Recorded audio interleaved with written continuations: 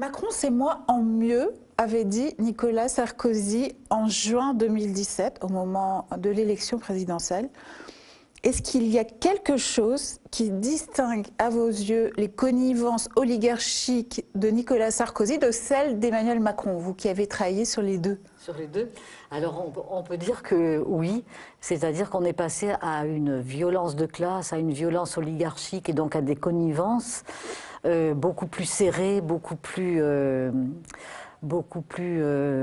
ardues, beaucoup plus dans la défense des intérêts de cette oligarchie, avec, on va y revenir certainement, des cadeaux faits aux plus riches tout de suite, très vite et à des niveaux que n'atteignait pas le bouclier fiscal de Nicolas Sarkozy. Alors c'est vrai qu'on va tout de suite entrer dans le vif du sujet en donnant des chiffres assez vertigineux. Parce que si Macron ne supporte pas l'étiquette de président des riches, ainsi qu'un article du Canard enchaîné le révélait en octobre 2017, c'est une invention de mes opposants et des commentateurs, avait dit Macron, on va voir que preuve à l'appui, chiffre à l'appui, Emmanuel Macron est bien le président des ultra-riches, ainsi que le dit le titre de votre livre. Donc je cite quelques chiffres que vous donnez, Monique Pinson-Charlot. Depuis l'élection présidentielle de Macron, les sociétés du CAC 40 font des bénéfices records, 500 millions de plus sur le même laps de temps qu'avant son élection en 2017. Par ailleurs, les PDG du CAC 40 ont touché en moyenne 5 millions d'euros, soit déjà près de 15% de plus en un an depuis l'élection d'Emmanuel Macron. C'est l'orgie complète, là. C'est-à-dire que c'est le résultat d'une politique de l'offre qu'a initiée Emmanuel Macron dès son arrivée au secrétariat général de l'Élysée sous François Hollande, c'est-à-dire dès 2012, après avoir fait le programme. Quand François Hollande était candidat, c'est Emmanuel Macron qui a quand même fait tout le programme économique, tout en étant associé gérant chez Rothschild, le programme économique du candidat Hollande. Et donc cette politique de l'offre, c'est on donne beaucoup d'argent aux actionnaires, aux sociétés, aux entreprises, sous divers cadeaux fiscaux, si vous voulez, en milliards et au total en dizaines de milliards d'euros. Et ce qui est très intéressant, les chiffres parlent d'eux-mêmes, mais le plus intéressant, je trouve, c'est que ça se fait sans aucun contrôle. Et si vous voulez, dès qu'il s'agit des plus riches, Emmanuel Macron revendique, avec Bruno Le Maire et ses camarades de classe, une société de confiance.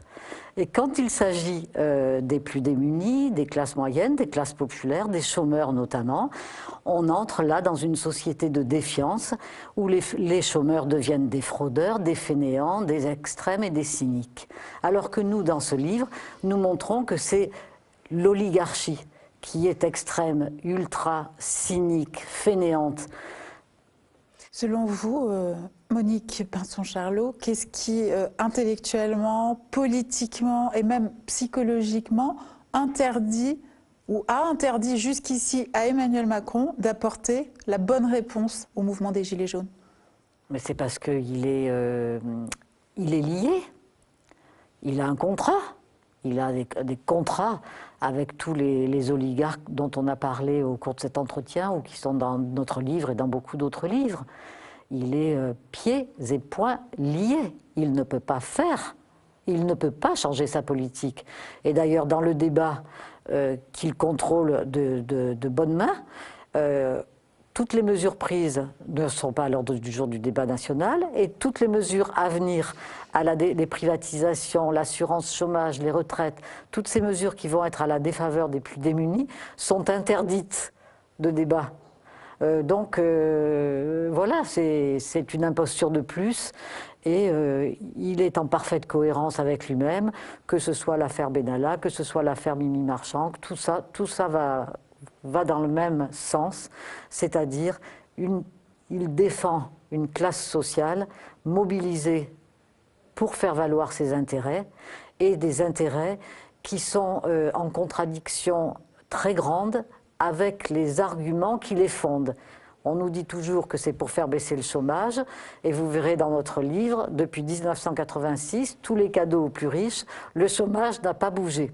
Et donc, j'espère que toutes ces armes, voilà, notre livre, c'est une transmission d'armes. Alors, d'armes au sens de la connaissance, que nous voulons transmettre, donc donner à tous ceux qui n'ont pas la possibilité d'avoir le temps que nous avons eu en tant que directeur de recherche au CNRS pour travailler précisément auprès des familles les plus puissantes de France.